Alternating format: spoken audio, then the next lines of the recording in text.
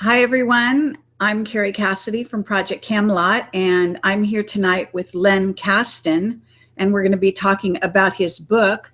It's called Alien World Order, and it's a very interesting book, and I think that people will be fascinated to hear how he got to writing this book and actually the real story behind all of it, because it's a really involved fascinating story. So, Len Kasten, are you there? Yes, I am. Okay, great. What I'm going to do here is just read a part of your bio that you sent me, or that somehow I got hold of. I'm not sure if you sent it to me, actually. But it says you have a BA degree from Cornell University, and you majored in psychology, minored in literature and philosophy. And then you graduated and went into the Air Force Aviation Cadet Program. You experienced a UFO encounter that transformed your life. And he didn't realize it until a few years later. He served in the Air Force, moved to Richmond, Virginia, and made frequent trips to Virginia Beach. Spent a lot of time in the New Age Library at the Association for Research and Enlightenment, the organization founded by the psychic Edgar Cayce, and was self-educated in metaphysics, then moved to Boston, where he was introduced to Theosophy and joined the Boston Theosophical Society. It looks like he worked in Washington, D.C. in the 60s, and was he felt drawn to join what's called NICAP. And NICAP is a prestigious organization investigating UFO phenomena, although I'm not sure it's still in operation. Then moved to Hartford, Connecticut, joined the American Philosopher Society, and became president of the society eventually. And he created a weekly program of public lectures by prominent metaphysical and ufology researchers, writers, and leaders, and also became editor of an early New Age publication, Metamorphosis Magazine, which he co-founded with Gordon Michael Scallion. So you've written, it looks like, 3 books: The Secret History of Extraterrestrials, Secret Journey to Planet Serpo, and Alien World Order, which is more or less the one we'll concentrate on tonight. So we do not have video, unfortunately, for Len tonight. For some reason, the camera and the audio don't work together. But nonetheless, he's here. And Len, why don't you say hello to everyone? And perhaps you can maybe expand on that bio a bit more. Hi, Carrie. Yes, hi, everyone. A little bit, yes. The experience I had in the Air Force with a UFO was really what got me into this, but I didn't realize it 2 or 3 years later. But now looking back on it and talking to some other people, I realized that's what happened. That whatever happened to me, probably I was taken on board the craft and had an experience, but it got buried in my subconscious. But 2 or 3 years later, while working in Washington for IBM, I joined NICAP. Something motivated me to join NICAP, and NICAP was kind of a strange organization at that point. It wasn't very well known. And eventually I also got into MUFON. So whatever happened to me on that craft, it worked on my subconscious and I think got me into all this. Absolutely. Well, so the actual UFO experience, did this happen in the Air Force, or can you describe the actual occurrence? Yes, it happened while I was in the Air Force. I was asleep in the barracks when I woke up at 3 o'clock in the morning for no reason at all that I can know what it was. And I ran to the window just in time to look out and see the craft go by at very high speed. It was a glowing green and gold phosphorescent color, and I put my face up against the window and I watched it till it disappeared out over the Gulf of Mexico. And then I went back to sleep and forgot about it. However, the guys from the tower on the midnight shift came in that next morning and said that they had 4 UFOs hovering over the runway that night. I said, "What's a UFO?" I had no idea what a UFO was at that point. And they explained it to me, and I told them I thought I saw one coming from the runway. And they said, "Well, why don't you go report it to the UFO office?" I said, "Okay, where's the UFO office?" I found it, and there was a captain sitting there with a 5-page questionnaire. And I realize now that was part of Operation Blue Book. But at the time, I had no idea why he was so interested in what happened to me. I neglected to say that I'd gotten very sick the day after the experience, flu symptoms, and I had to go to the hospital, the base hospital, for 3 days. So putting it all together now, the sighting that I had, plus the UFOs hovering over the runway, the hospital, all of it, clearly I was taken on board the craft that night. And when I woke up at 3 o'clock in the morning, it was because they dumped me back into my bed. And that's why I ran to the window. And apparently that's what happened. And okay. That's the way I have it summarized at this point. And what year was that? Do you remember what year? I was in the 60s. It was in the 60s. Blue Book was still in effect at that point. Okay, and it's my understanding NICAP is not in effect anymore. They're not. NICAP is defunct now. Okay, but you were part of NICAP for how long? About a year while I was in Washington working for IBM. Larry Bryant was the head of it at that point, but Admiral Hillenkoetter was actually the head of it at that point, but Larry Bryant was its most famous member. I see. Rich Dolan, I think, has covered some of Hillenkotter's background in his book, and he was military, wasn't he? Yeah, he was the first head of the CIA. All right. So he then went from the CIA to NICAP, which is it might sound unusual, but actually there's a lot of crossover as it happens, and of course the CIA is heavily involved. NICAP was not really a military operation; it was a civilian operation. I understand, but nonetheless, as they say, once you've been in these organizations, it's hard to divorce yourself from them. So in terms of your book, I guess before we get into this actual, the alien world order, what I'd like to do is briefly go over your other 2 books, and especially Project Serpo, because, I'm sorry, I didn't realize you had written a book about that. Of course, I've got some background in that, as you may know. And I realize that. So we could have compared some notes there, even off the camera, but for this purpose, here we are. Can you talk a little bit about how you got involved in writing a book about Serpo? Well, actually, it all happened because I spent 2 hours in the shuttle from Laughlin to the Las Vegas airport with Bill Ryan. Oh, okay. That's how it all got started. I listened to him talking about it for 2 hours, and by the time I got out of that cab, I was very thoroughly intrigued, and I realized that there was more to it. I just instinctively understood that because I was connecting it with some other dots that I had already put together. And I came to realize that it actually did happen. I came to believe that it actually did happen. Okay. And I did further research, and then I started to write the book, and it all came together for me anyway. All right. Now, I don't know if you know this, and maybe you know it. Maybe you're involved in it. There have been several attempts to make a movie about Serpo. Are you aware of that?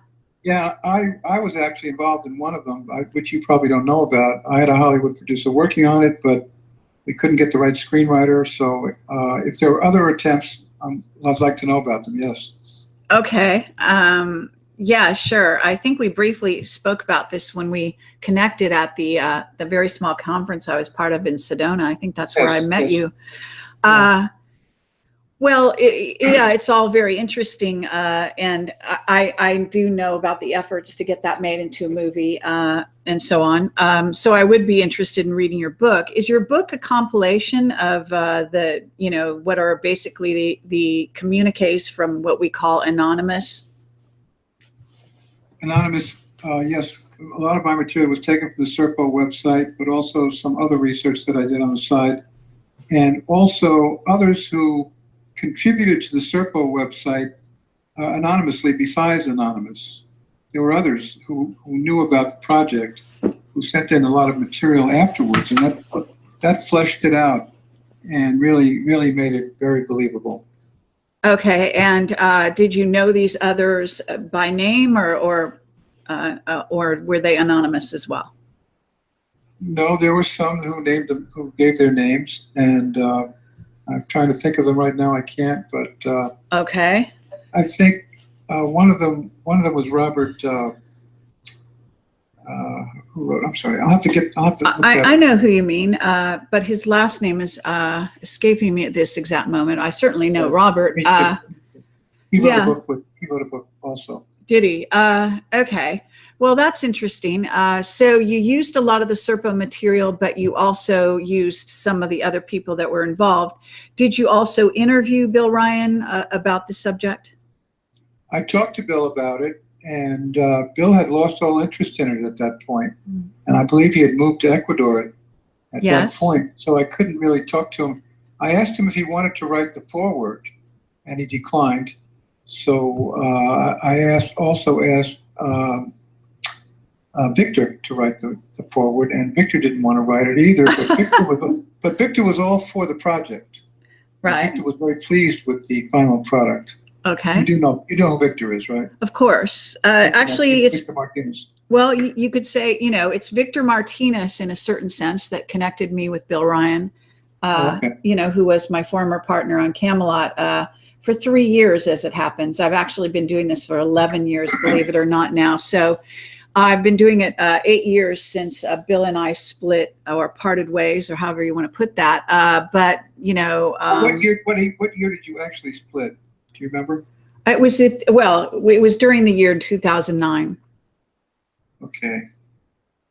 Yeah, by that time the book had already taken shape, but you were not involved with that. Okay. No, not at all. But which is fine. Bill and I did have some interesting encounters and got involved in some things. So did you meet did you deal with some agents, from various agencies? Did you meet, for example, Rick Doty? I did not meet Rick Doty, but I read his article in UFO magazine, and he in that article, he more or less said that he knew that the project had happened, that it had happened. He admitted that it had happened. I don't know if you know the article I'm talking about. I probably knew it a while ago. Bill Burns was the editor at that point. Yeah, it's been many years. Actually, Bill and I both became very highly skeptical of a lot of the information within Serpo, although we are sure that an alien exchange program happened. In fact, from what we understand, possibly as many as 6, and who knows how many by now. But we know that there was a planet, and there have been exchange programs. This was, of course, for those listening, based on the end of the movie Close Encounters of the Third Kind, when you see Richard Dreyfuss suiting up to go on the ship with the aliens. Supposedly, Serpo took off from that point, and that was sort of a depiction of that alien-human exchange program that was going on. These went on during the 60s. It was a Defense Intelligence Agency release of information, and a lot of people got involved in it. A lot of disinfo, a great deal of disinfo, as it happens. Now, how did you verify that there was disinfo from Rick Doty? No, actually, no, not necessarily Rick, but other sources that gave us information. A lot of it, is very hypothetical. There's no way to prove it. You kind of have to, connect the dots, so to speak. And are you familiar with the TV show on October 1988, where the Falcon and the birds were speaking, and their voices were masked, and they talked about the whole program and admitted that it had happened? Because I have a copy of that video, and I used it in my presentations. He's more or less admitting, with his voice masked. I think he was named Falcon at the time. Well, that would be one of the aviary. aviary, and I forget which one that is, but the aviary is, you know, you can't take them at their word either. You know, it isn't to say that there are not a lot of elements of truth in there. Certainly, I'm sure there are. You know, again, it's one of those things where it's very hard to verify one way or the other. Linda Moulton Howe seems to think it happened, but her version is slightly different than the Serpo version. Yes, but she true. Definitely is on board with the fact that it happened. Yeah, we did talk to Linda, and yes, I'm aware of that. And we talked, you know, to Doty, and we dealt with him. We also found, I guess, one of the officers. We actually went to his house. I don't know if you know about that saga. Yeah.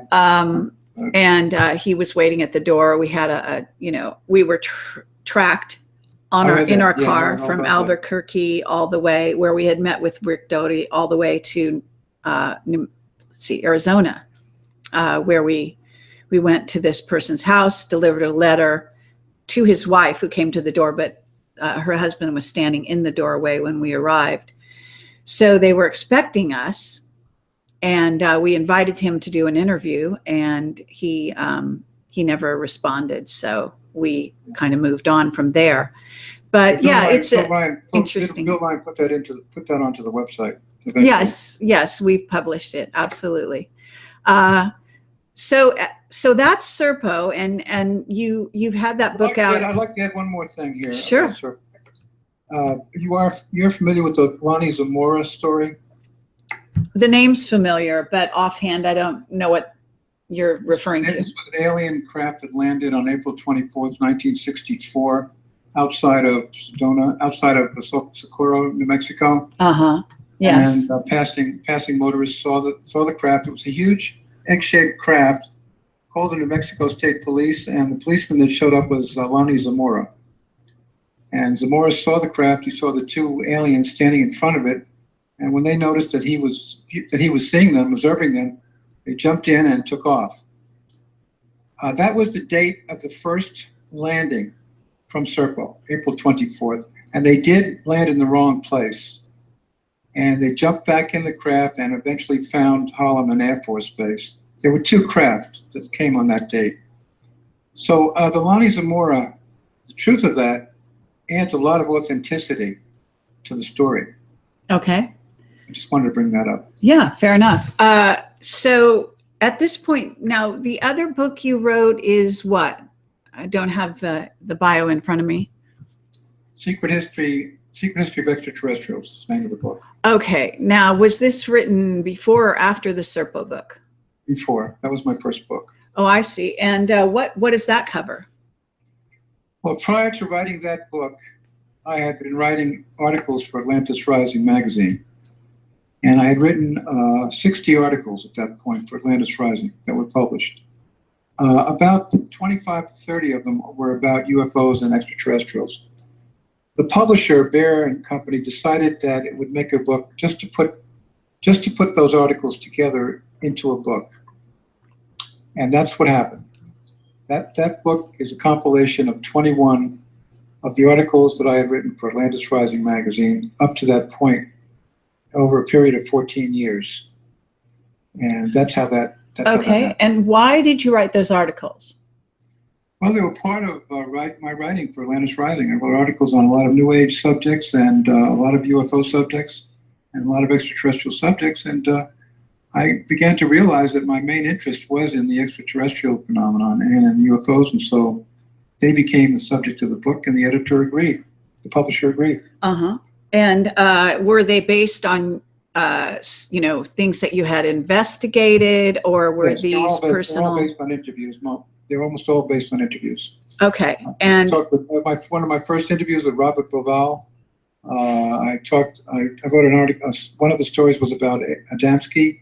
Okay. And I just put the whole thing together. One of them was with Robert McDonough, who came up with the whole story about the propulsion systems, which were then very novel. And it just sort of fell together, the whole thing. All right. So after you wrote that book, what were you doing? Were you actually making a living as a writer, or did you have another line of work? No, I was doing that, and I was doing mainly that. Yes, I was doing mainly that. Okay, am I wrong in thinking that you were also a screenwriter or you worked in Hollywood at a certain point, or is that wrong? I have an MFA degree in creative writing with a focus on screenwriting, and I did have a couple of screenplays that were brought up, but never reached the screen. Oh, all right. Then I just diverted it to writing articles and books. Right. So, are you still interested in writing for the screen, or? I am. I have my focus, my concentration for the degree, the MFA degree, was in screenwriting. Right. Okay. So you're still interested. My thesis was a screenplay. Uh-huh. And I assume that was many years ago, right? What, the degree? Yes. No, I only got the degree about 6 years ago. Oh, all right. So relatively recently. All right. Great. Now, to sort of transition into this newest book, do you want to tell us what motivated you to write this book? Well, I'd already privately come to the conclusion that the reptilians existed, and not only reading David Icke, but many other writers, particularly James Bartley. But what really triggered it for me, and I was starting to connect the dots little by little, but then what convinced me was coming across the works by Robert Morningsky. And when I came across his book, Eden, Atlantis, and the UFO Myth was the name of the book. That book was never actually published. I have a private copy of it. That's what did it for me, because that added the dimension of the history of the reptilians on their planet. And I was able to then put it all together, and that made all the difference in the world. Once we understand the reptilians and their origins, begin to understand what they're doing here and why, and then that connected the dots for me. That made me decide to do this. Okay, and you do talk quite a bit about, at least in the beginning of the book, you give a backstory to the reptilians. Do you want to give us a bit of the backstory for the listeners? Well, Morningsky got the story from his father, who got it from his father, because an alien craft crashed on the reservation. He was an Apache Native American, and the grandfather passed it on to the father, and his father passed it on to Morningsky. And that's how he got the information. And Morningsky eventually got a degree, he got a master's degree in religious studies. But every time he tried to tell a publisher about this story, they laughed at him. So finally he gave up and just put it all down in this book, and decided to go on to other things. And right now he's very hard to even get a hold of. He's very hard to reach. He doesn't answer emails. He doesn't answer phone calls. Right. But I was briefly in touch with him. I had invited him on the show. He did write, I think, the Terra Papers. Didn't he write those? Yes, he did. He did write the Terra Papers, and they were published. Mm-hmm. Terra Papers were published in 1980. Let's see. Terra Papers in 1980. He wrote a book called The Terra Project in 1980. The Terra Papers, A Hidden History of Planet Earth. Yes. Right. And that's available on the internet, actually. Yes, it is. You can, I think it's free. You can download the PDF, fascinating stuff. And a lot of it comes from his Native American background, from the verbal history that they passed down in the tribe. And so on. So you built your sort of the basis for your book, is that right, on that? And didn't you have another primary sort of source for your book? For the history of the reptilians? Yes, more or less. No, not for that. But you did use Stuart Swerdlow for a lot of Oh, material. okay. That's the other person that I recall that you did refer to his work a lot. So when you use these two people's work, did you meet them and have meetings with them and talk with them, or did you just read their books, or what? As I told you, I could not get a hold of Robert Morningsky. It was absolutely impossible. Oh, well, I didn't know if this was recent or not. I have interviewed somebody that knew him very well, knows him very well. Joseph Apollo. I don't know if you know who he is. He teaches courses here in Phoenix. And he knew Robert Morningsky and tried to put me in touch with him, but we both gave up after a while. Okay. But Apollo knows the whole story, and he and I talked about it at length. And I used a lot of information from him in the book. Okay, and then as far as from Morning Sky. Okay, and as far as Swerdlow goes, did you meet him, and did you? Yeah, I talked with Stuart, and I talked with him. I never met him in person, but I talked with him a lot on the phone and through email. And at one point, he was going to write the foreword, but then I realized that wouldn't work too well because he was mentioned so much in the book. So we skipped that. But yes, I have talked to Stuart at length. Okay, and so in terms of how do you evaluate your information, because this is you've really bitten off sort of a great deal in order to tell this story. You're going back in history, and you're sort of mixing and matching various incidents that happened in history, and then you're sort of harking back to what I guess is the Morning Star and Swerdlow information, and sort of tying it together. Would you agree? Are you asking me what I rely on to yeah, to evaluate the truth and the what kind of moves you to select the sources you do, etc. It's primarily intuition. It's a matter of connecting the dots. In other words, if I have perhaps 30 unconnected dots in my mind that have not been connected, and then I come across information that connects them up, and all of a sudden they all snap in place, then the whole story becomes clear to me. And that's how I wrote all the articles for Atlantis Rising and for New Dawn magazine in New Zealand, and for all three books.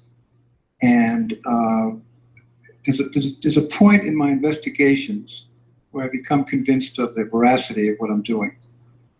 And when I reach that point, then I expand upon it with other research, and then it all falls together. That's how I operate. That's how I do it. Okay. I guess you could say I'm mainly intuitive, if you want to put it that way. Sure. I understand. Now, in terms of the overall story, what your premise on the book is that reptilians are, in essence, running things behind the scene. Would that be what you would say? I would say the reptilians and the Greys are running things behind the scenes, mainly through the Illuminati. And of course, our contacts are with the Illuminati because the reptilians stay hidden, and unless they happen to shapeshift once in a while. So, but their technology is awesome. And that's why I wrote the first 4 chapters, because I wanted the reader to understand how far advanced they were in terms of being way ahead of us, technologically speaking, and also genetically speaking. It becomes impossible to understand how they could have pulled this off without knowing their background. And so I needed those first 4 chapters to establish how far they had come and how far back their technology goes, thousands of years. And a lot of that information I also got from Alex Collier. So it was not only Morning Sky, it was Alex Collier, it was Branton, it was Wes Penray, it was James Bartley, and it was several others, and it all congealed. And I began to realize that this was all correct information. Okay. Now, some of this information is of course, open to, conjecture and so on. Did you look also? Everything we're involved in is open to conjecture. Yeah. Did you look at the work of Zecharia Sitchin on the way as well? I did. And how did that fit in? I have a lot of issues with Sitchin. Okay. If you've read my book, you know that my account of where the human race comes from differs radically from his. Okay. So do you want to sort of explain, as briefly as possible, what your theory is on where the human race comes from? I think Sitchin talked about the fact that the human race was created to dig gold out of the soil in South Africa. They were created by the Anunnaki, correctly, just to dig up the gold, correct? More or less what he said. That they needed a slave race to do that because they didn't want to do it. The extraterrestrials didn't want to do it themselves. Is that the essence of Sitchin's story? Well, I think his comes from the Sumerian tablets. I think there is there's more complexity to it than that, because there were also, from what I understand, there was a version of humanity already on the planet that then they genetically sort of altered. But yeah, there's some confusion on that level, because created humanity is a whole nother ballgame. So it's unclear. My understanding is that Sitchin is talking about the Anunnaki altering the version of humanity that was here, and then possibly genetically putting in their own genetics and so on to create. I don't think he was talking about humans. He was talking about apes that were genetically modified, wasn't he? Not necessarily, from what I understand. I'm not an expert on the Sumerian tablets and how they referred to humans at that point. And I tend to go by what's called the Ashyanadine information that comes from what she calls the Guardians, which is a bit different than all of this information. So it's, I have more than one version in my mind. But as far as Sitchin goes, like I said, I think that he relies on the Enki as a geneticist and as taking the race of beings that were here, whether they were, what level they were at. I don't think they were literally apes. That's not my understanding. Okay, well, in any case, the story that I have put together, mostly from people like Sverdlow and Branton and others, is that the human race was created genetically through combinations of DNA by the Federation. Federation was behind the creation of humanity, and that happened about 40 to 50,000 years ago. The so-called Garden of Eden occurred at that point. And that was basically done because the Federation wanted to create a race that would occupy this planet, inhabit this planet, and more or less confront the reptilians on this planet, and more or less save this particular planet from reptilian control, and therefore the whole solar system. Okay, is your information, does that have to do with the notion that at a certain point a reptilian brain, the reptilian race contributed the reptilian portion of the human brain in order to keep humanity from allowing them to defend themselves, in essence? Well, I think that the reason the reptilians, the human race was created as a result of the Council of Hatona, which I think you know about. Uh-huh. And 12 human races were involved in the DNA, contributing their DNA. But the reptilians were involved in the arrangement because they already inhabited the planet here. So they had a say in the final product, so to speak. That what they contributed was the reptilian brain, because they wanted their DNA in the new race that was being created so that the creatures could be controlled from the fourth dimension. If that hadn't been the case, they would not have been able to control them from the fourth dimension, because the reptilians basically inhabit the fourth dimension, which we know really as the lower astral realm. So that's how the reptilian brain got in the deal, and the Elohim agreed to that arrangement because they understood that it wouldn't make any difference, that what they had in mind for the human race would still work out, because they would be able to tweak it and over the years and bring it down to what we now know as Homo sapiens sapien. So it was all put together that way.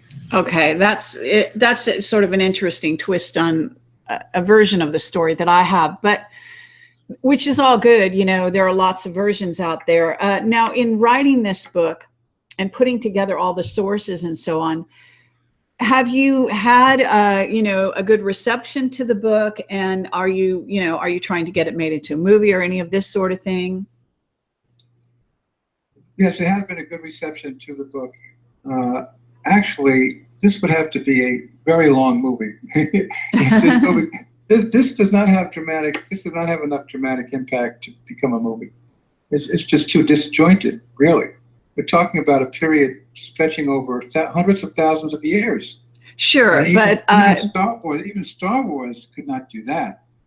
Right, but the main, at least backbone of your book, which is really in the second part of the title, is all about the reptilian sort of drive to sort of control humanity, in essence, and how it manifests is through, as you follow a trail that goes through these various incidents historically, right? Linking up. Hitler's the most obvious reptilian link up, but there are certainly others. That Japan, you talk at length about Japan and their various wars and so on. And so what in other words, there is a sort of trail that you're following, correct? Yes, that's correct. And a lot of it has to do with Egypt, ancient Egypt, which I did cover, but I had to cover it briefly. Yeah, not as much. As from what I saw in the book, I've read almost all of it. I'm really close to the end at this point. So but in your trail that you were following, your premise is that Hitler was basically reptilian, etc. Were you looking at these various renditions of humanity as being genetically a certain reptilian DNA increasing in say the Illuminati and so on, that is then responsible for certain things happening throughout history? Is this point, yes, and the Fourth Reich coming into basically following the whole trail of Paperclip, the Nazi scientists and the whole thing, because it is also interesting because William Tompkins does meet you at a certain point with his information, and I don't know if you had known about his information prior to your book or not. Actually, I did meet him at a presentation that I gave on Serpo in Orange County, and we had a long talk, roughly about 30 minutes. But I didn't know, and he was very much interested in what I was doing. And now I see that it does all fall together. Uh-huh. And he is much more informed on the subject than I am, because he was in the intelligence. He was in naval intelligence such a long time. So when you met him, had he already was this recently, or was this a few years ago? This was a few years ago when I gave a presentation on Serpo at the Orange County MUFON. Oh, I see. And we had dinner afterwards, and Tompkins was at the dinner. All right, so that's very interesting. So he was out on the circuit, I guess, kind of investigating things at that point. He wasn't talking on the circuit, is that right? As far as I know, he was not. Yeah. At that point. Okay. So have you followed any of his revelations? Have you seen my interview and so on with him? I have not. I've seen your interview, and I haven't read his book yet, Selected by Extraterrestrials, but I've read part of it. I've scanned it, and I know more or less what what his premise is, and we do seem to meet on a lot of subjects. Yeah. I think we're in tune on a lot of subjects. Yeah. So, but he was not a source, obviously. Then. No, he's not. No, he's not. Uh-huh. I just had that brief conversation with him 2 years ago. That's all. All right. And I was very pleased to see that he more or less came out with the same idea that I did, same information that I did. And I haven't gotten to the very end of your book. I don't know if you talk about Antarctica. Did you happen to get into Antarctica towards the end? No, but I have a whole chapter on Antarctica in my very first book, The Secret History of Extraterrestrials. No, I'm sorry, that in my second book. I have a whole chapter devoted to what happened in Antarctica.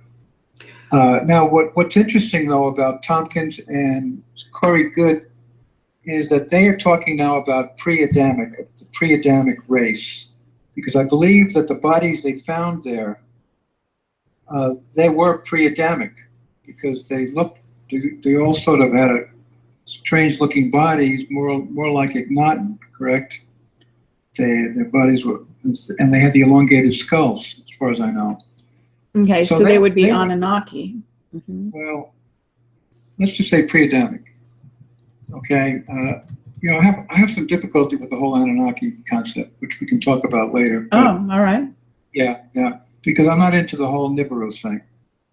As you probably know from reading my book, I believe that the aliens that we're talking about came from Sirius, and of course the reptilians came from Draco. But as far as the Nibiru concept is concerned, I still have many questions about that. Well, actually, that does get into a certain area that I do remember from the earlier part of your book, which has to do with what are in essence the dog beings or wolf beings, whatever you call them. The Canaans. Canine, yeah. Canine. And I saw that you felt that there were battles between, in essence, the dog races and the reptilians. I had never heard that, and I actually am not so sure your conclusions are correct there, but I was wondering, do you want to talk a little bit about that? Because that's quite of an interesting twist. And I think did it come from Morningstar, as I recall? Yeah, yes, that did come from Morning Sky, yes. Yeah, Morning Sky, I'm sorry. It did come from him. He talked about a race of beings that were canine, that would more or less evolve from a canine source, a wolf type of thing, in the Sirius star system. Right. And they began to challenge the reptilian empire. And the queens of Orion, the reptilian queens, were not happy with this, and invited them into an alliance, or she told them they were going to be destroyed. Right. They were a very fierce race on their own, and they had conquered many star systems on their own because they were so ruthless, and so they actually ate human flesh, just like the reptilians do. So it was going to be quite a contest between the two of them.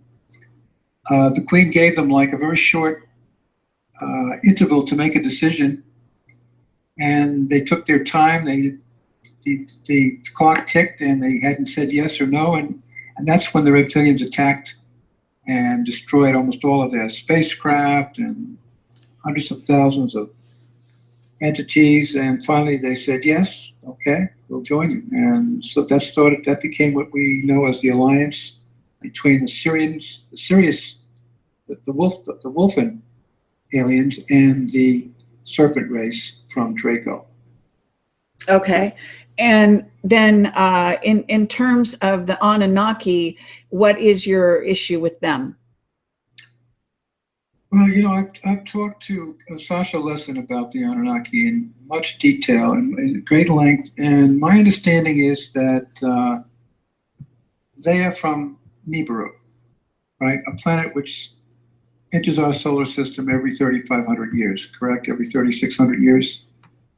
And you know, it depends where you get your source information, but yeah, it's certainly on a very elongated orbit. Whether that's their only planet is also, you know, a good question. And I also would be curious what your understanding is about the Germans and those from Aldebaran who are said to have helped them and their relationship to the reptilians. But before we get to that, let's sort of deal with this. So the long heads, what they're called the long heads, there's, you know, there are many long head skeletons being found all over the world now. Yes, and so there is documentation that they exist. Is your issue that they don't come from Nibiru? Well, I don't know where they come from. They were found in Antarctica, were they not? They've been found all over the planet. I know, and they've been kept secret and locked up in museums. Sure. Why have they been kept secret for so long? Well, I mean, that gets back into the Sitchin Sumerian tablets, I would assume, and the fact that they're trying also to rule the planet and to be hidden in the meanwhile. And according to at least Bob Dean, there are still plenty of Anunnaki that are, in essence, walking the halls of the Pentagon, as he put it. So Anunnaki, they are a race of beings, but whether they come only from Nibiru and where Nibiru is and what its path is, these are all different questions. So in essence, you don't follow the Nibiru, you don't believe Nibiru is headed back into our solar system, I take it? No, I don't have a problem with that. I don't have a problem with that, but my understanding in talking to Sasha Lessin, who you may know, yes. Sasha has written many books on the Anunnaki. Uh-huh. My understanding is that they are allied, well, they are similar to the Draco, to the reptilians. Uh-huh. Is that your understanding too, that they are? Well, there's a split, from what I understand. There is a group called the Syrian Anunnaki who are much more reptilian DNA. In essence, the reptilians, this also comes from William Tompkins, who he says they're in essence kind of like marauders. They go throughout the solar system, basically plundering all the different planets and trying to take them over and control them. So at one point they did take over the Anunnaki and interbred with them, as they always manage to do, some form or fashion of that, which is genetically, modifying them, etc. So that's my understanding, that the Anunnaki were perhaps humanoid, the original race, but that now they are probably a hybrid race of humanoid and reptilian, which is not unlike what some of our Illuminati are, although probably to different degrees. I think perhaps they are, at least the Syrian Anunnaki are they look much more reptilian and conduct themselves that way. But that's my understanding, is that they do have a humanoid, basis for their race. But, Anunnaki is an imprecise term, so we're using it, or I use it, because it's used in the Sitchin material to refer to the race that came into Egypt, and so on. So it's, it gets involved. I have a lot of problem with the whole Anunnaki subject and concept. Okay, what race? Okay. Fit in with the race from Sirius was not reptilian by nature. They were canine. The so-called dog star. Well, there actually are, many races from Sirius, from what I understand. Isn't Sirius a constellation? We're talking, there are many planets. Many planets, yes. The Sirius A and Sirius B. Yes. So there's even humans have also occupied, from what I understand, Sirius B to some degree. It gets very involved, and we're not going to arrive at a decision here tonight. But I am curious. So you don't follow the story. Let's say the story of the general story that people refer to when they talk about Anunnaki, but you do acknowledge there is a race of beings who have elongated skulls, right? Absolutely, and those are the ones that I would term pre-Adamic. And I think that Corey Good is also calling them pre-Adamic. Okay, that just means before Adam. Adam is, if Before Adam is Adam, their yes. creation, then, you know, that's kind of, doesn't say really anything. Well, that ties in with my concept that the human race, as we know it, was Adamic. The race that we just discussed, that was created in the Garden of Eden, so-called, was put together through the DNA of 12 human civilizations. Right. But the Anunnaki do not fit into that picture. Okay, but so you don't believe, do you not believe the Sumerian tablet story about Enki and Enlil? Do you not think they were geneticists, or that Enki was a geneticist? Do you not buy into that part? I know, I do believe that, but I don't think they were Anunnaki. They came from the Sirius star system, but I don't view them as either reptilian or dog-like. Actually, they were human. They were humanoid. Yeah, I would agree that they were humanoid. The ones, they're actually a mixture, because we also get the reptilians depicted. If you look on the temples in Egypt and Iran and other places, you know, you can see the way they're depicted as humanoid. They have, you know, at least in terms of Iraq and Iran, they've got beards, and, you know, they're wearing long, you know, outfits. Yeah, and why do you term those as Anunnaki? Why do you apply the Anunnaki term to those representations? Because they're the very tall beings who are holding humans on their laps in these depictions, and this is around the time when all this happened. In essence, you know, this all happened in Iraq and Egypt, and also down in Africa. You know, the story goes, this is all the Sumerian tablet stuff. Right. You know, so whether you know, I understand they can be open to interpretation, and that a lot of people have issue with the way that Sitchin interpreted them. So you acknowledge there's a race of beings who had some role in the past. Do you feel that they genetically interfered with humanity, that race, or not? No, I don't think so. I included a paragraph on the Anunnaki in my book, because I really have no concept of who they were or why they were here. All that I was able to determine from the morning sky material was that we had a race of fierce beings from the Sirius star system, and that's my understanding of where Enlil and Enki came from, not from Nibiru. Okay. They came from Sirius. But you don't think they were dogs or reptilians, though? No, I don't think so. No. Okay. No, I don't think so. Now, as far as this story of humanity and the 12 races, so you know, each of them contributing a certain amount to the creation of the human as we know them today, Right. I assume. Yes.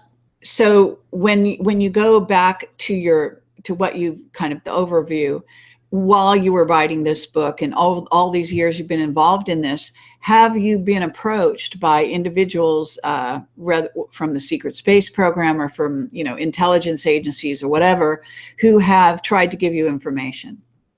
No, not at all. Okay. Tompkins is the only one I've spoken to, Oh. and that was a brief conversation. Wow. And that was that's about it. Okay. So in terms of your book and where you're at now, you know, this was quite a really and you know, very involved story that you try to tell, and you're pulling a lot of disparate elements together. And I have to say, it's an admirable job that you've got here, you know, trying to get a through line, which is not easy, obviously, through human history. You say you covered Antarctica many years ago, but did you wrap that into your understanding of paperclip and, you know, and New Berlin, what's called a base underground, you know, underwater, under Antarctica base called New Berlin? I knew that the Nazis had established the under ice base in 1938, and it became very clear to me that they had already been dealing with the reptilians. Hitler had, at least, and therefore they were invited, most likely, by the reptilians to build that base in 1938. I cannot imagine why they would have ever done that 1 year before World War II. I mean, as if you think they had enough on their hands getting ready for World War II in 1939. Why are they diverting all these resources to Antarctica, which is what, 5,000–6,000 miles away across the ocean? Right. Sending scientists and sending all kinds of people. So it became clear to me that they were dealing with some reptilian colony already existing under Antarctica. They would never have done that. They never would have. And they were being helped by the reptilians to do that. Okay, so fast forward to today, and we've had, obviously John Kerry going down there during the election, and I'm sure you've heard all the stories, right? Yeah. So do you have any thoughts about all that? Well, I think that Corey is suggesting or is taking the position that Antarctica might have been Atlantis. Okay, I'm not sure.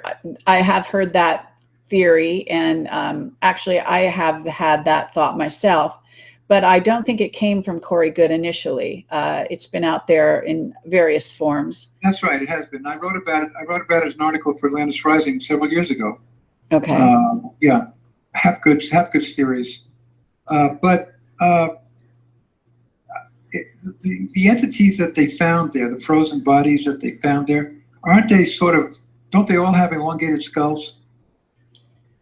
I don't know for sure. I mean, first of all, I don't think we would know, but because I think there's, they're going to lie, but I don't know what's being claimed in that regard. Well, it doesn't affect my theory though, because if they were pre-Adamic, my story is all about what happened from the Garden of Eden onward. Okay. And the only pre-Adamic race that I've dealt with in my book is Atlantis. And the humans that populated Atlantis, according to my information, came from Mars. Originally from the Pleiades, but through Mars. And they were sent here by the Federation. And they were tall humans. They were very tall. They were very large. So they were pre-Adamic also, but they were entirely human. Okay. So the entire Atlantean story is pre-Adamic. Yeah, I don't. Maybe I'm not remembering correctly. I don't think you covered much of Atlantis in your book, did you?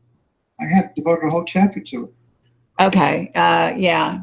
Because I've read it at different periods, so I don't know. I don't know why that I don't recall how that fits into your picture. But Atlantis is the key to the whole thing. It's a very important subject. Okay, go ahead. Can you want to sort of tell how it's the key in your view? Well, putting it all together, when the reptilians arrived in this solar system, they destroyed Maldak. They stripped Mars off, some of the atmosphere off Mars, forcing the Martians, who were humans, to go underground. And when they got to Earth, they went into a joint mutual orbiter. They orbited Earth and had the ability to actually dry out the planet, Earth was at that point one big ocean, according to Swerdlow and according to some of the others. And they, two continents emerged after that. One was Lemuria and one was Atlantis. And the reptilians colonized Lemuria. And they lived on Lemuria for thousands of years. And since they had already brought the dinosaurs with them, which they used for a food source, that was the origin of the dinosaurs. Well, at that point, the Federation wanted to challenge the reptilian control of this planet. So they sent this fierce race of humans from the Pleiades, who were originally from Lyra, called the Atlans, to this planet, and they colonized the continent, which became the continent of Atlantis. And okay, yeah, now I remember that started the wars between the reptilians and the Atlanteans. Okay, so that's how you saw it. Okay, now your source for your information about Atlantis comes from where? I like Ignatius Donnelly was a good source, but I really felt that I had to use Steve Omar. Steve Omar seemed to be the best source, and he's the one I used. Okay. Because Donnelly didn't go far enough. Omar seemed to have a good grasp of the whole situation. I met Steve at Contact in the Desert. We talked about it at length after I'd written it already, and he more or less validated everything I had written and everything that we talked about. All right. Well, very interesting. So, in terms of writing your book and all of these various subjects, they all lead to what is in essence today, and what is the Fourth Reich. What is your position as to what's going on right now? Well, first of all, the reason I concentrated on Hitler and on Hirohito was I wanted to make sure that I conveyed the cruelty of the reptilians, because as I tried to make the point that all the reptilians had to do in World War II was to control a few people. That's all. Hirohito, Hitler, Mussolini, and also in World War I, it was the Kaiser. In order to get what they wanted done, they did not have to control the entire human race, because Hirohito was such a powerful figure. A few words from him could change anything, could do anything they wanted to do with Japan. The same thing with Hitler. So I was trying to make the point of how the reptilians operate when they've decided that they want to create a war. That was the main reason I spent so much time on those two subjects. And but that being the case, having made the point that the reptilians were behind the Nazis and had supplied them with the technology for the anti-gravity aircraft and for a lot of other advanced technology that the Nazis had, especially genetically speaking. Mengele, all the work Mengele was doing at Auschwitz, all of that was through reptilian contact, as far as I was concerned. And it just didn't spring from nowhere. Uh-huh. And I made the same point more or less with Hirohito. Well, the point then became, how did the Nazi influence spread to America? The publisher wanted to know that. I wanted to know that. We had to cover that, and it became very clear that Paperclip was the source. And I covered Paperclip in great depth, as best I could. Uh-huh. Because it was the key to how Sure. the Nazis influenced the CIA and our whole scientific and military establishment. And that was what Eisenhower had warned us about.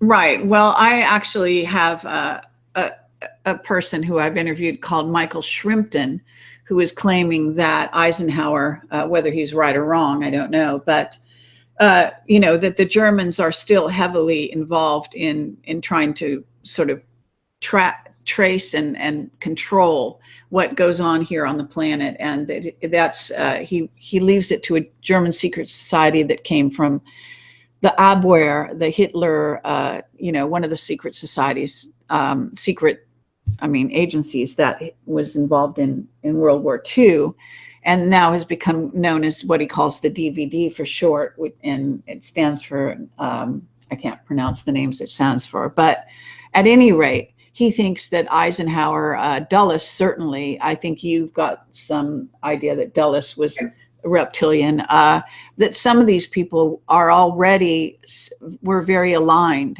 already with what Germany was doing, what Germany was about, and very possibly with the reptilians. Yeah, I think Alan Dulles was influenced by them. I don't know if he himself was a shapeshifter, or I don't think he was a blue blood. Made the point about the blue bloods, but we can't go any further with this without talking about the civilization that is living under Antarctica. The Germans that live there. You've interviewed people about that, haven't you? New Berlin. We Berlin, revealed we have a manuscript from a person who was an escapee, and this is many, many years ago, before certain other people came to the fore and started talking about all of this. We had this information, but yeah, it has been out there for quite a number of years. I think there was even, I mean, we're talking going back in ufology many, many years now. Well, have you heard about the book named Genesis by Leith, Leith? I think I have that book. People send me books constantly, so I think I might have that one. According to that book, which cites a tremendous amount of sources in that book, the German colony living under Antarctica goes back thousands of years. There was a large German colony, Germanic, if you want to call them Germanic, and actually many of the Nazis were going back and forth from there to Germany. So they were welcome with open arms. The Nazis were welcomed with open arms by that civilization living under the ice in Antarctica.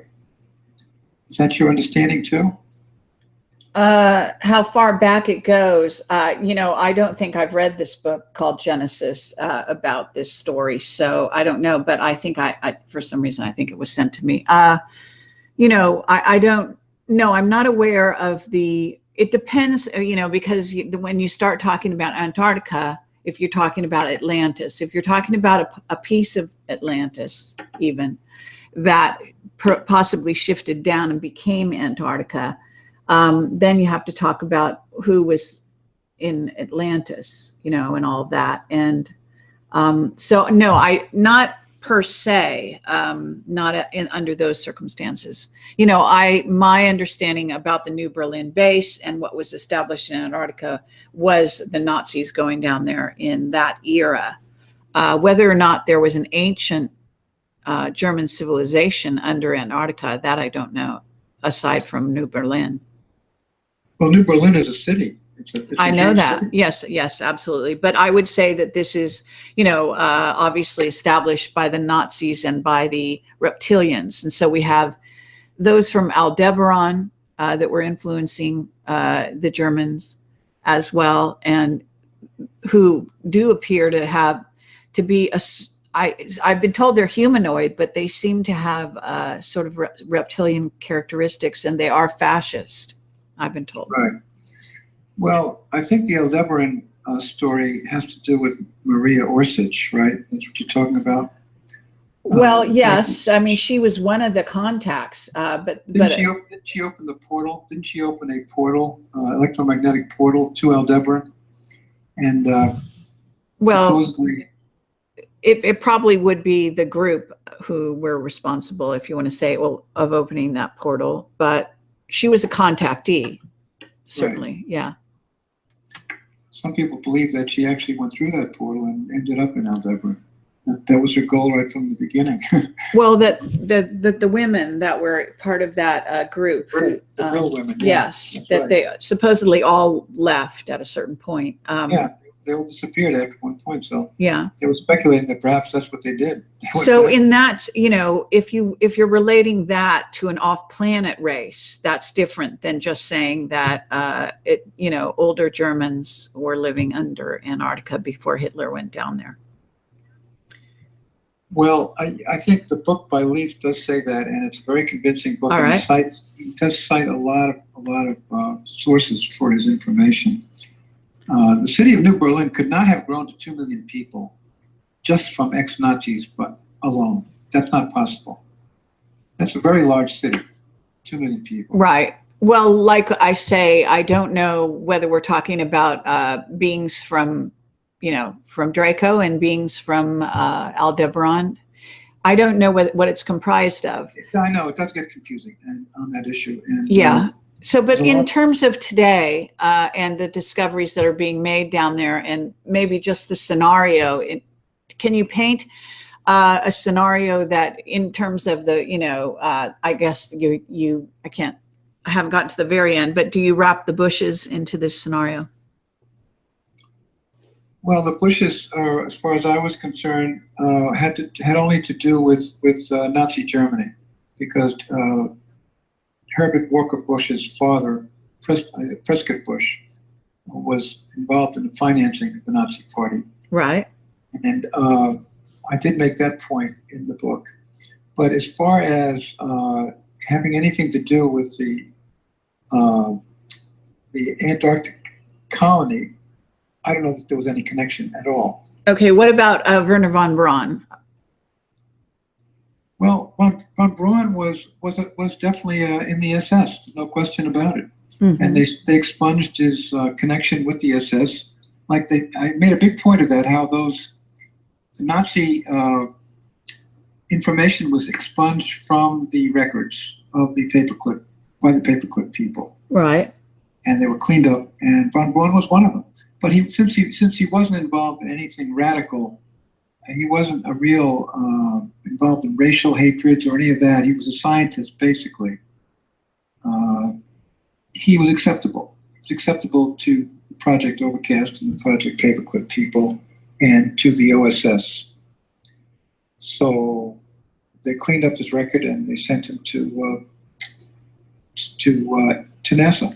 Right. So I guess what I'm trying to do here is get you to sort of take everything that you've written about in your book and bring it up to the present day, and involve with sort of the space program and NASA at this time, and where you think things are going, and sort of how they lay out from there. Because of course, of the Nazi involvement in Argentina as a jumping off point to Antarctica, I assume.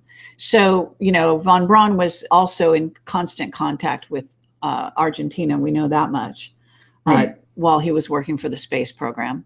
That's right. Yeah. So do you have any thoughts, or have you, I don't know if you're working on another book. Are you looking at the present day and the future in light of what you've written? Absolutely, yeah, absolutely. Hitler, I did devote a chapter to the fact that Hitler survived and escaped to Argentina. Yes, and that explains why he named Karl Dönitz, Admiral Karl Dönitz, to succeed him, because Dönitz was in charge of the submarine fleet, and it's a short submarine ride from Patagonia to Antarctica. Mm-hmm. So it was clear that they were going back and forth. Hitler built his house in Argentina in 1943. And I went into the whole business with Juan Perón and Eva Perón and all of that, and Bormann. Yes. So, yes, I did talk about that at length. Okay, but I'm still trying to kind of get you to talk about today. So do you have any thoughts about where we're at now with everything you've written in mind? It became clear to me that the Nazis had infiltrated America in many ways, scientifically, corporations. And since there was so much German Nazi influence here, it became clear that the reptilians had established a foothold here through the Nazis, because they were in the CIA, they were in our corporations, they were in our defense projects. So, they're still there. Their descendants are still there. Right. Okay. And so that means that reptilian influence still exists in America. Mm-hmm. And those people are in the same category as the Illuminati. Sure. So America is heavily influenced by the reptilians that way. And what about Japan? I'm sorry. Well, what's the question exactly about Japan? Well, if America is influenced by the reptilians, isn't Japan? You spent quite a long time on how really reptilian their influences are, and so assuming that they have made it here today in the United States, I assume they're also very present in Japan. Yes, I think throughout the globe, through all the highly technical nations, the U.S., Canada, the UK, Japan, China. Yes. Okay, so just out of curiosity, because one of the things you said is that you thought that humanity was created by a group who, it's sort of a different take on the way I look at it, but anything is valid. So, you know, depending on where you come from and how you want to look at it. But the Federation seems to have made a gross error if they thought that humanity would be able to overcome the reptilian influence, at least thus far. Wouldn't it seem? Or what's your premise on that? Well, the Federation did not make a gross error. The Okay. Federation is working on the only solution to the reptilian problem, which I think you know what it is, because I think you talked about it. Okay. Well, what's your what's your take on that? The only solution to the reptilian problem is for the human race to expand its consciousness. That's all it has to do. And the Federation is working on that. They have been working on it ever since the Enlightenment. But you see, it's not a mass movement. They're individuals. It can only be done through individuals, because as soon as it becomes a group, the Greys and the Reptilians can wipe it out easily. But as long as it stays distributed throughout the globe, then it can operate. And as the human race expands its consciousness, which it can do because only the human race has the ability to reach into the 5th and 6th dimension. The reptilians are limited to the 4th dimension. We are more powerful than they are, and they are afraid of us. They are afraid of us. They know that, and that's why they try to keep us dumb and dumber. That's the reason for keeping us distracted and hypnotized and working for a living and enslaved through debt. But as the human race comes out of that fog and starts to realize its power that it has, then the game is over. The game is over, because they can't deal with us when we expand our consciousness. They can't. So, and I made that point in the final appendix in the book called The Path to Victory. Have you read that last? No, you know, I'm actually back in the Borman stuff. That's where I am. Yeah, so I haven't made it quite that far. I'm really, it's towards the end. I know that, but no, I haven't. But at any rate, that's okay. It's an idea that I am familiar with. So at the moment, in terms of, you know, the way you wrap the book up, you're basically saying that in spite of the reptilian influence on planet Earth, the humanity will, do you believe that they're going to ascend, or do you believe they will just beat down the reptilian influence eventually, or what's your premise on that? As the human race advances spiritually and its consciousness, then the reptilians are more or less done for, and they just have to leave the planet. The Illuminati will be put under arrest, I believe. All the primary ones will be. The banking monopoly will be destroyed, because it's through money that they control us, and through the media. And eventually, we're going to dispossess the reptilians from this planet. I have no doubt about it. And we're going to enter into the Star Trek generation, and we will become a Star Trek planet. We'll be cruising our spaceships all over the galaxy, just like the reptilians. Okay, well, hopefully not just like the reptilians, because then we really would be influenced by them. But nonetheless, hopefully we will try to free the slaves that on their other star systems. Okay, all right. And one last question, and then I'm going to really go to the chat and let people ask you questions as well before we wrap this up. As I recall, and correct me if I'm wrong, I thought you talked about the mantis beings and their role somewhere back there alongside the reptilians. And did you, am I mistaken in remembering that, or thinking I remember that? I did. The only place I mentioned the mantis beings was in my second book on Serpo, because of the astronauts who went to Serpo did encounter mantis beings there. That's the only time I mentioned it. All right. Okay. Well, and have you ever talked to Simon Parkes, or are you aware of his work in that area? Yeah, I have read some of his material, and I like a lot of what he says. Yes, I believe he does Does he claim to be derived from a mantis being himself? Yes, Yeah, he feels that he is. I have no position on that. I don't know what to make of that. I really Okay, don't. sure. All right. Well, it's a fascinating study, and it's a great effort. This book, quite extensive.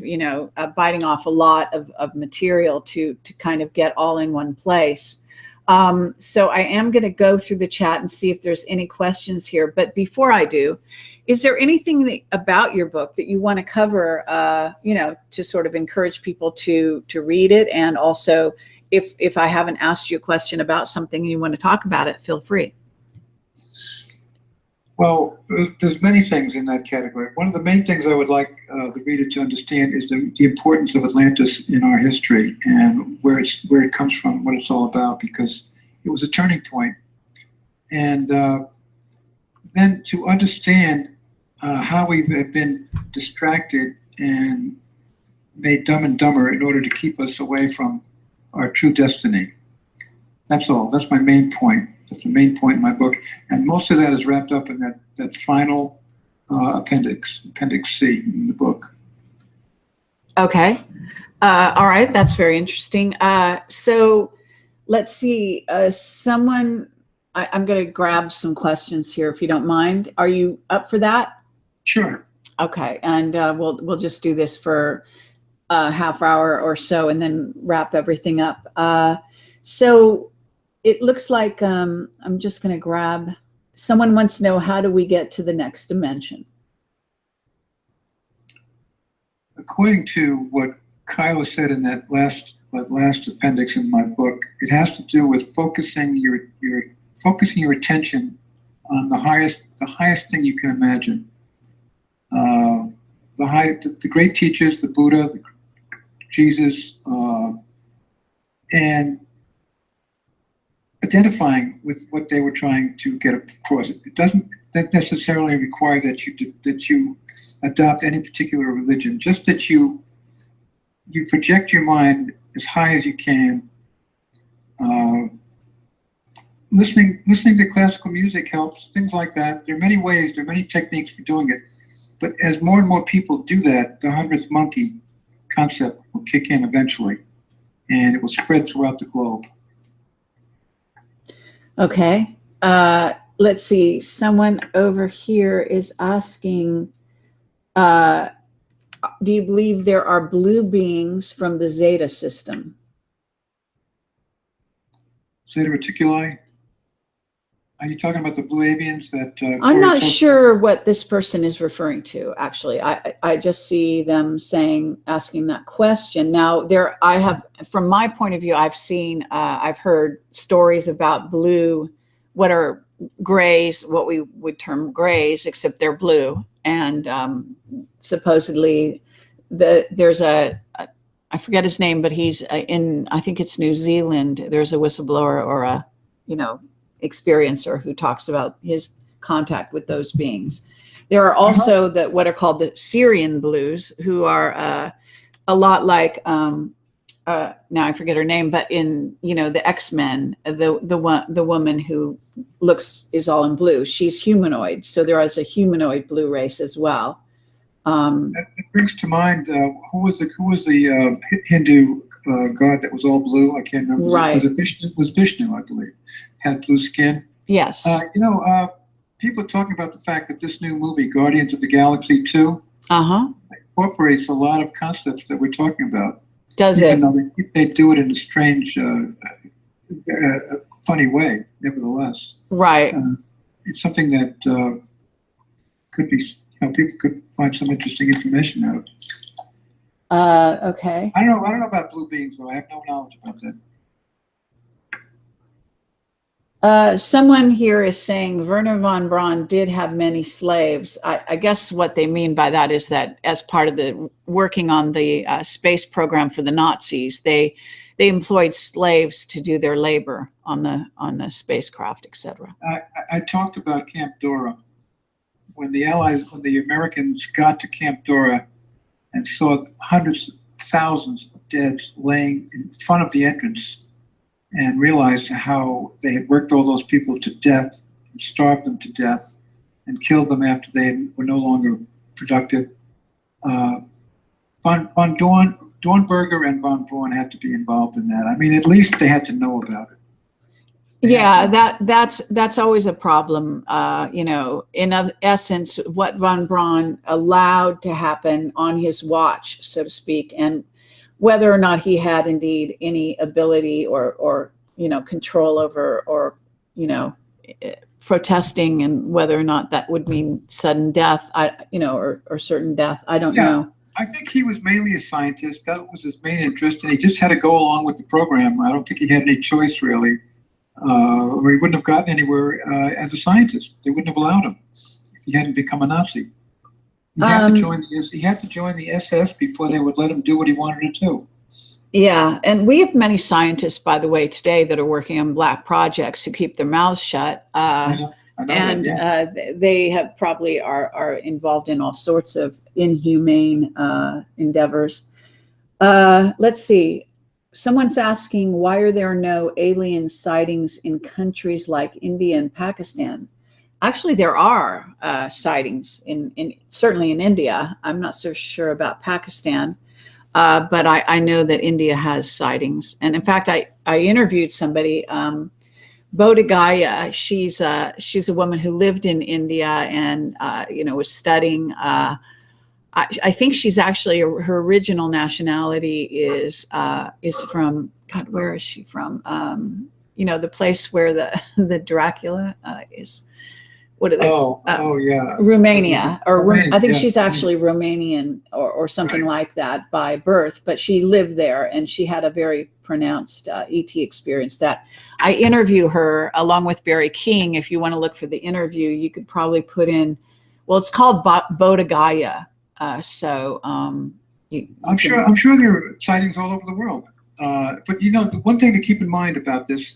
Now, you know, there are MUFON type organizations all over the world. Yes. So I know that there are sightings, but you know, the thing to keep in mind is this: who are going to be flying these spaceships, these flying saucers? They're not going to be the reptilians because they live here. This is their home. They live underground here.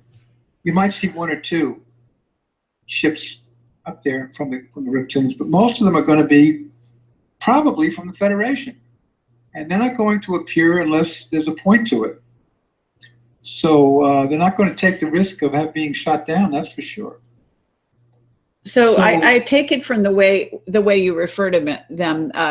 My understanding is that the Federation is infiltrated and that they're not all good. They're not all keeping humanity's best interests at heart by any stretch. But you apparently seem to think that they're all positive. Is that right?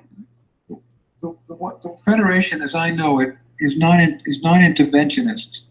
They're not going to do the job for us. But certainly the Pleiadians and certainly the Andromedans. Well, I wish someone would tell them that. Sorry, just my point of view. Well, you think that they should do the job for us? No. I think they are intervening, and that they shouldn't. Is what I How do you see them as intervening? What way? Well, the Ashtar Command are part of the Federation, and they have an underground base in Death Valley area. And the Ashtar Command are quite instrumental. How do you know that they're part of the Federation? I just do. My research over the years, there's a tremendous amount of information out about it. Some of it can be found in these books that I actually have on the front. I think they're still on the front of Camelot, which are from this interesting man, this producer, who did a little bit like what you've tried to do with your book. He's done a sort of a different kind of a job with all of that, but he's put together a lot of the evidence that's out there that points in certain directions. And he does talk at length about all the different underground bases and the various races that are occupying them here on Earth. Right. Right. So, well, I think when we talk about the Federation, we're talking about the original Federation consisted of 110 star systems, according to Alex Collier. Uh-huh. Now, I don't know which ones they were. I do know that many of them did originate from Orion, the constellation of Orion. Many of them come from the Pleiades. There are many planets in both of those star systems, and many of them come from Andromeda.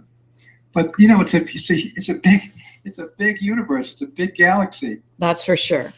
And there are probably, you're probably right. There are some fake members of the Federation, as Donald Trump might say. So I don't know. Okay. Let's see. It says someone wants to know, what do you know about the Orion Empire? Well, according to Morning Sky, that's where it all started. That's where the reptilians built their civilization, was in Orion. Draco, and it was originally referred to as the Draco-Orionid Federation.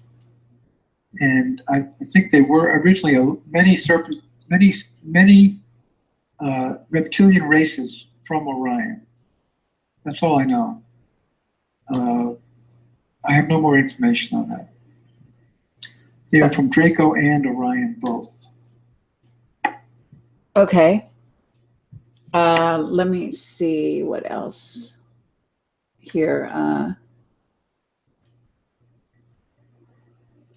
Someone's asking if you, well, it's obvious you don't think it's all a psyop. I'm not sure what, they're sort of, it's not clear, the question, I'm sorry. It doesn't, if the person wants to rewrite the question, they're saying something about a psyop, but I don't know what they're referring to, so I can't, let me see.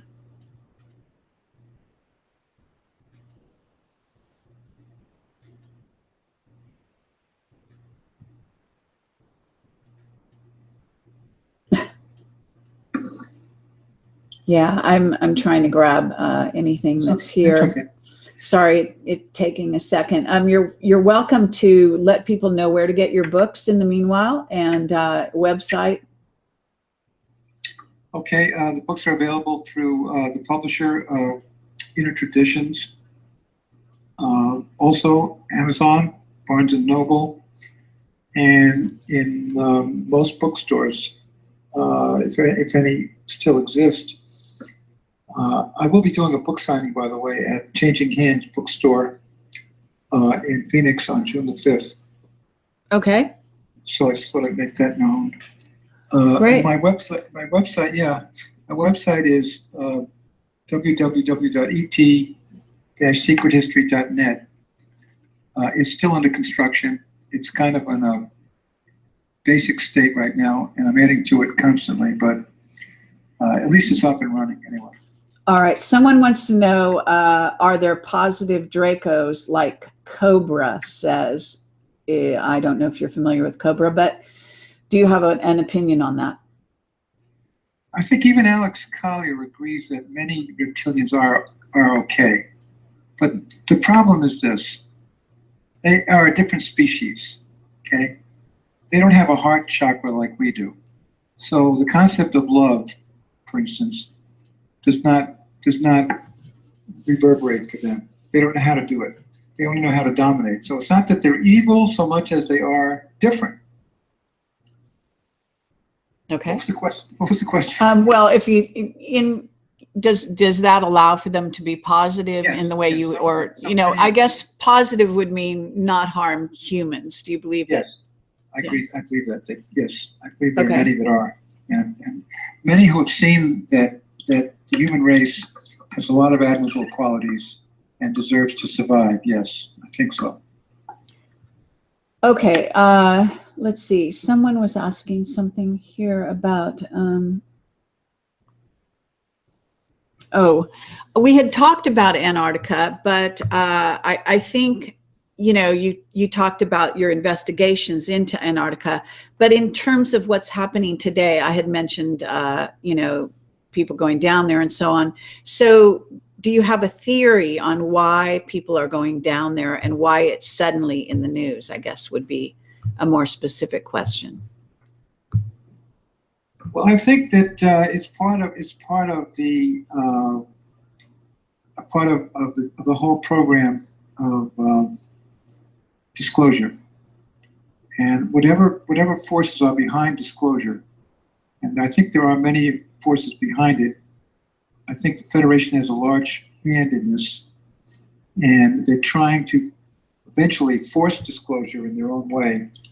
And Corey Goode is saying that it's got to be total disclosure because the Illuminati want partial disclosure.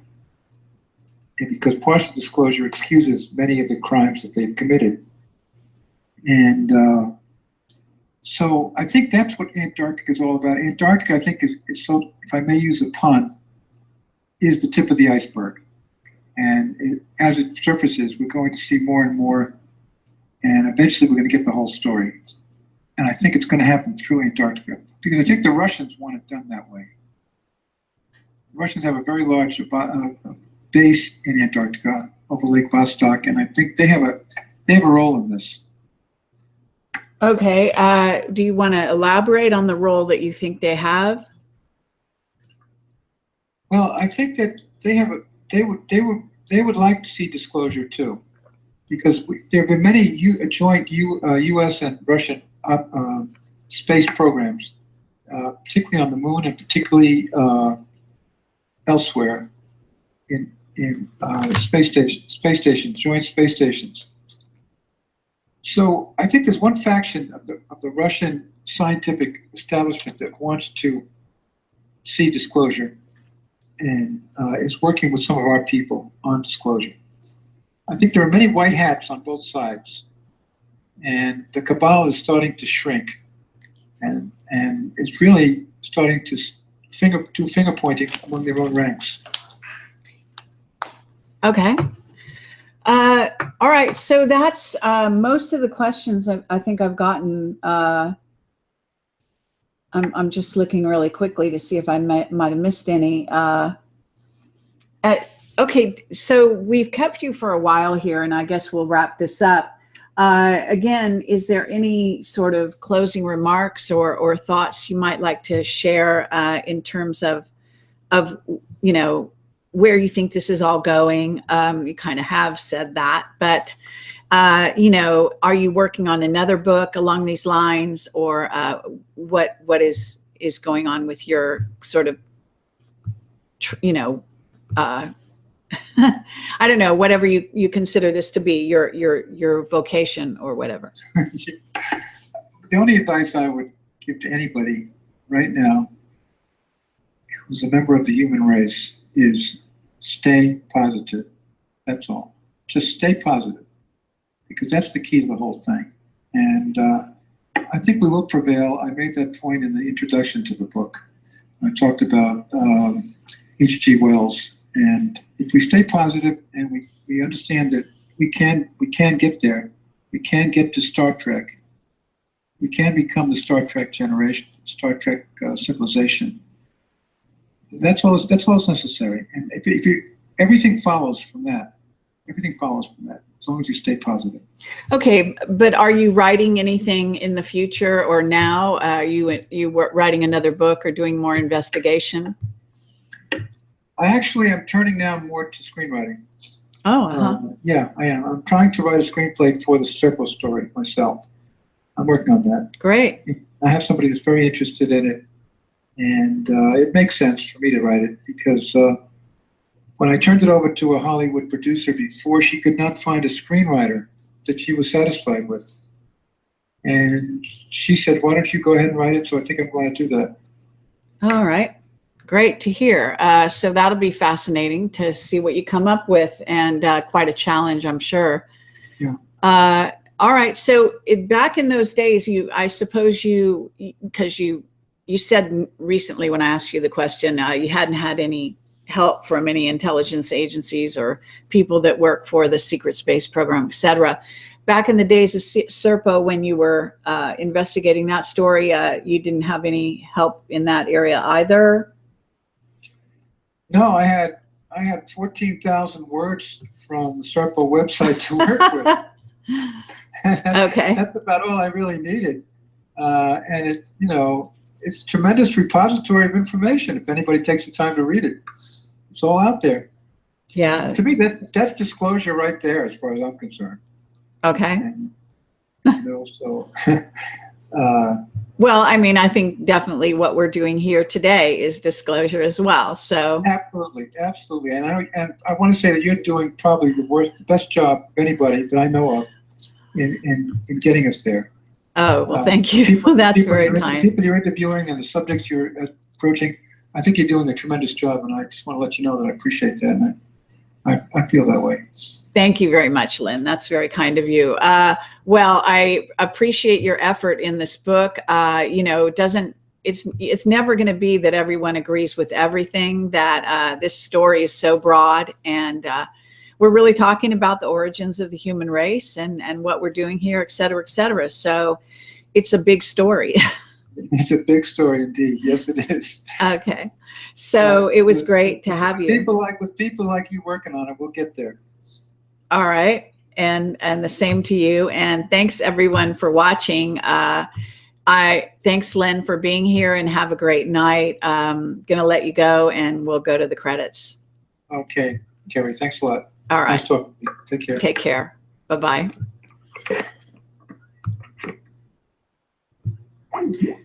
So thanks everyone for watching. I just want to say that tomorrow night I'm going to have Joanne Richards, if all things go as planned. She's going to be talking about her husband, Mark Richards, Captain Mark Richards from the Secret Space Program. So that should be a lot of fun.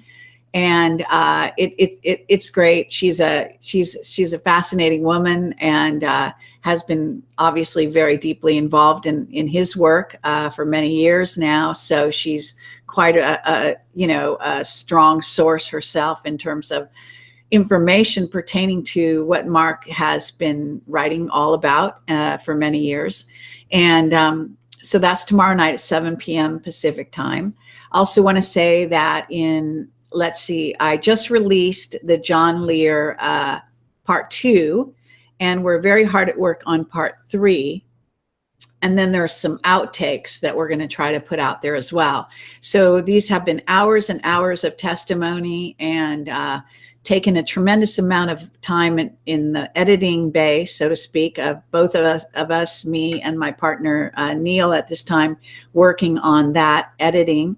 And so if you do appreciate these releases, when we do in-person interviews, it's much more involved than when I interview people here on my channel, because YouTube does the work, and I don't have to re-edit it unless we have some horrendous sound problems like we did with Richard Allen Miller, which I recently re-edited and put that out using another recording device I had on hand that day. But, this is a labor of love. If you can support Project Camelot and help keep us alive, it's very much appreciated. There will be a donate button on my website if you're interested in donating. Every little bit helps. And my webmaster certainly will appreciate it as well. And so I want to thank everyone. I am going to the UK. I'm going to be doing a tour from the 1st to the 8th of June. And this is a tour of the ancient sites with Maria Wheatley. And there's a video you can watch on my channel, on the Jagboda YouTube channel. And you can go there and just put Project Camelot. Obviously, you're here now, so you probably are on my channel anyway. But at any rate, you can watch that and see what we're going to be talking about. Maria Wheatley is a dowser. Her father was a dowser. So we're going to be going around the ancient sites. We'll be doing meditations, clearings, that sort of thing, to bring the energy into a better place. And we also will be working at Stonehenge one night. We'll have special access to getting in there. And the tour does cost quite a bit, simply because of the costs in Britain are kind of astronomical in terms of, hotels and the bus and all this kind of thing. But we are also selling, once we figure out how many of the full tour people we have, and we cover those people at Stonehenge and so on, then we're going to open it up for the general public to buy day tickets. So you can accompany us for a day, and it's quite a lot less money to do that. So that's one thing. And then in the I think it's the 24th and 25th, I'll be giving another Awaken Aware conference in England, and I have a fabulous speaker list as always. And go to my website to the events tab and scroll down. First, you'll see the Maria Wheatley expedition we're doing in the beginning of June, and then if you scroll down, you'll see the Awaken Aware in the UK as well, and all the details and the speakers and so on. We've got, just off the top of my head, Peter Paget coming back. We will have Simon Parks, and Maria Wheatley will also speak there. Miles Johnston and several others. Fabulous. It's usually a fabulous event, so I have to say, encourage people to come to that, and it's pretty low price as well. So thanks for listening. Thanks for your support, and I'll be back tomorrow night with Joanne Richards. Take care. Bye-bye.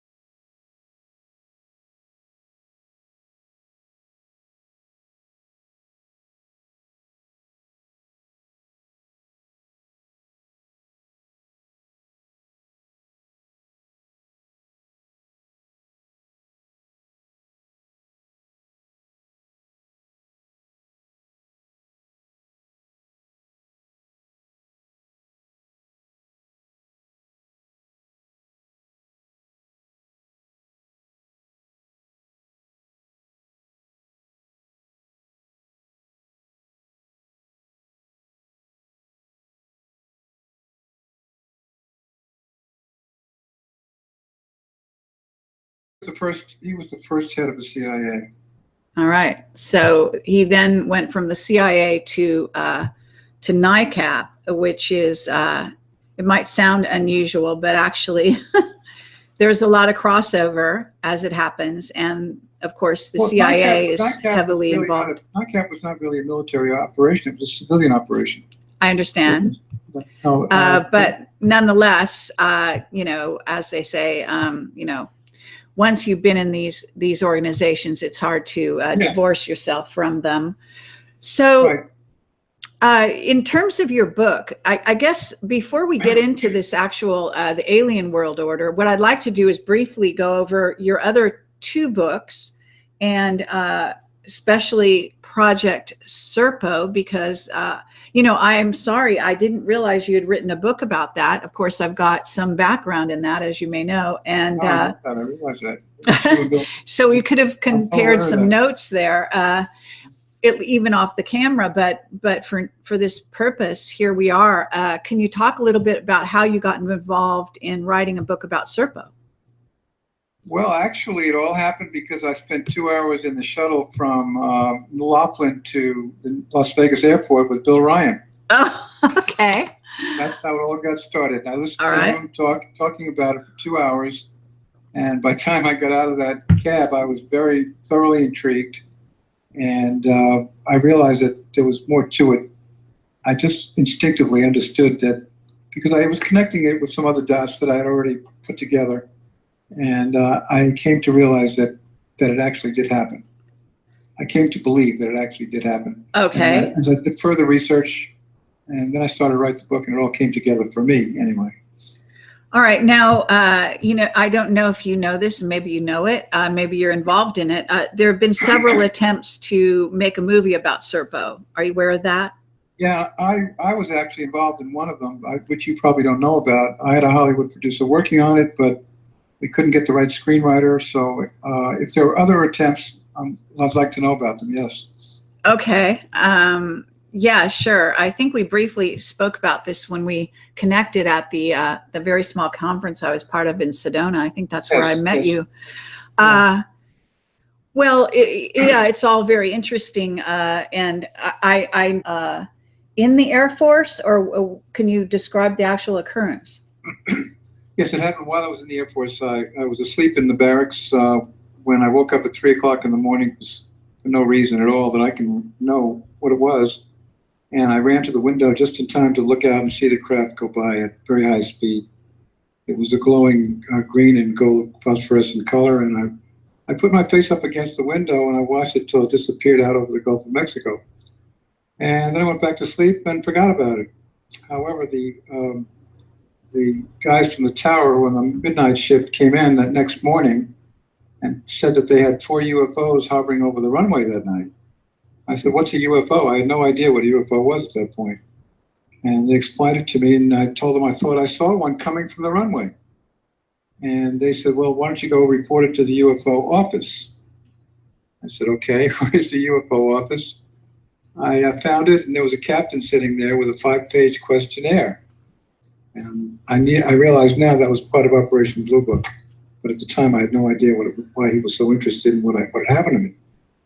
I neglected to say that I'd gotten very sick the day after the experience, flu symptoms, and I had to go to the hospital, the base hospital, for 3 days. So putting it all together now, the sighting that I had, plus the UFOs hovering over the runway, the hospital, all of it, clearly I was taken on board the craft that night. And when I woke up at 3 o'clock in the morning, it was because they dumped me back into my bed.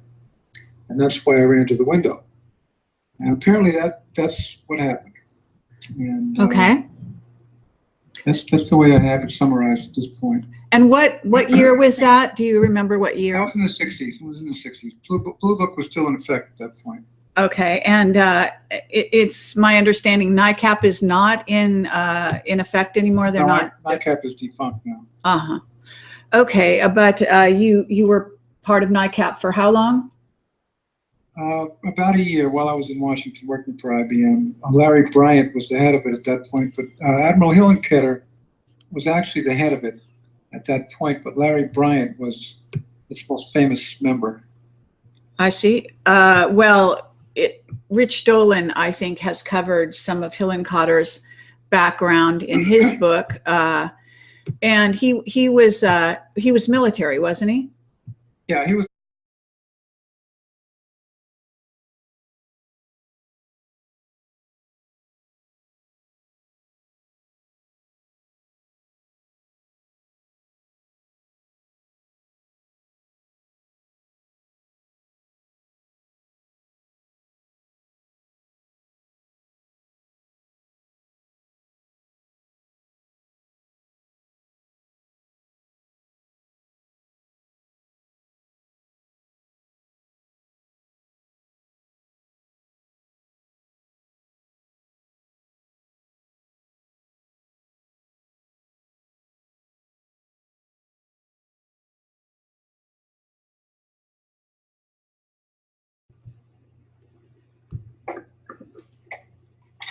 Hi, everyone. I'm Carrie Cassidy from Project Camelot, and I'm here tonight with Len Kasten, and we're going to be talking about his book, It's called Alien World Order, and it's a very interesting book. And I think that people will be fascinated to hear how he got to writing this book, and actually the real story behind all of it, because it's a really involved, fascinating story. So, Len Kasten, are you there? Yes, I am. Okay, great. What I'm going to do here is just read a part of your bio that you sent me, or that somehow I got hold of. I'm not sure if you sent it to me, actually. But it says you have a BA degree from Cornell University, and you majored in psychology, minored in literature and philosophy, and then you graduated and went into the Air Force Aviation Cadet Program. You experienced a UFO encounter that transformed your life, and he didn't realize it until a few years later. He served in the Air Force, moved to Richmond, Virginia, and made frequent trips to Virginia Beach. Spent a lot of time in the New Age Library at the Association for Research and Enlightenment, the organization founded by the psychic Edgar Casey, and was self-educated in metaphysics, then moved to Boston, where he was introduced to Theosophy and joined the Boston Theosophical Society. I do know about the efforts to get that made into a movie, and so on. So I would be interested in reading your book. Is your book a compilation of what are basically the communiques from what we call Anonymous? Anonymous, yes. A lot of my material was taken from the Serpo website, but also some other research that I did on the side, and also others who contributed to the Serpo website anonymously besides Anonymous. There were others who knew about the project, who sent in a lot of material afterwards, and that fleshed it out and really made it very believable. Okay, and did you know these others by name, or were they anonymous as well? No, there were some who named them, who gave their names, and I'm trying to think of them right now. I can't, but okay. I think one of them was Robert. Who wrote? I'm sorry. I'll have to look that I know who you mean, but his last name is escaping me at this exact moment. I certainly know Robert. He wrote a book also. Did he? Okay. Well, that's interesting. So you used a lot of the Serpo material, but you also used some of the other people that were involved. Did you also interview Bill Ryan about the subject? I talked to Bill about it, and Bill had lost all interest in it at that point. And I believe he had moved to Ecuador at that point. So I couldn't really talk to him. I asked him if he wanted to write the foreword, and he declined. So I also asked Victor to write the foreword, and Victor didn't want to write it either. But Victor was all for the project. Right. Victor was very pleased with the final product.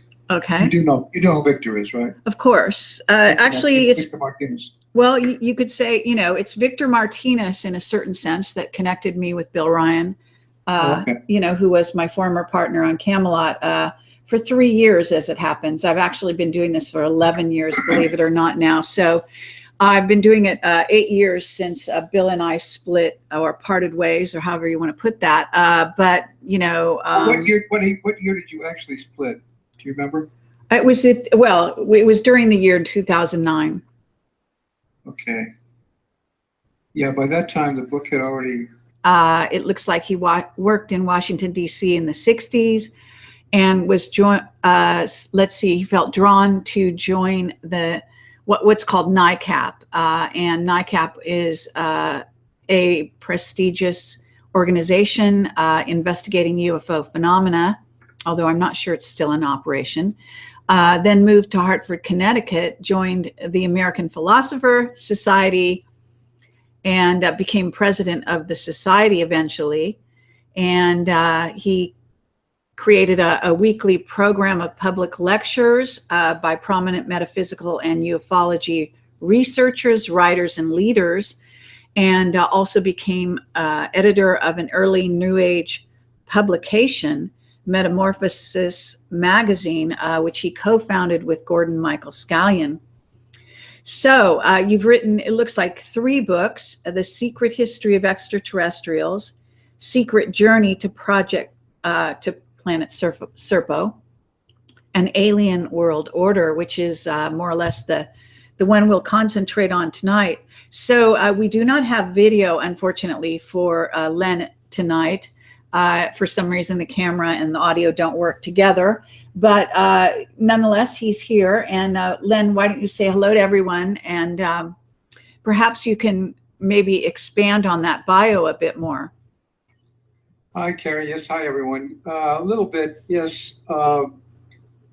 The experience I had in the Air Force with a UFO was really what got me into this, but I didn't realize it 2 or 3 years later.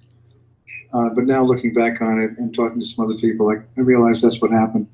That whatever happened to me, probably I was taken on board the craft and had an experience, but it got buried in my subconscious. But 2 or 3 years later, while working in Washington for IBM, I joined NICAP. Something motivated me to join NICAP, and NICAP was kind of a strange organization at that point. It wasn't very well known. And eventually I also got into MUFON.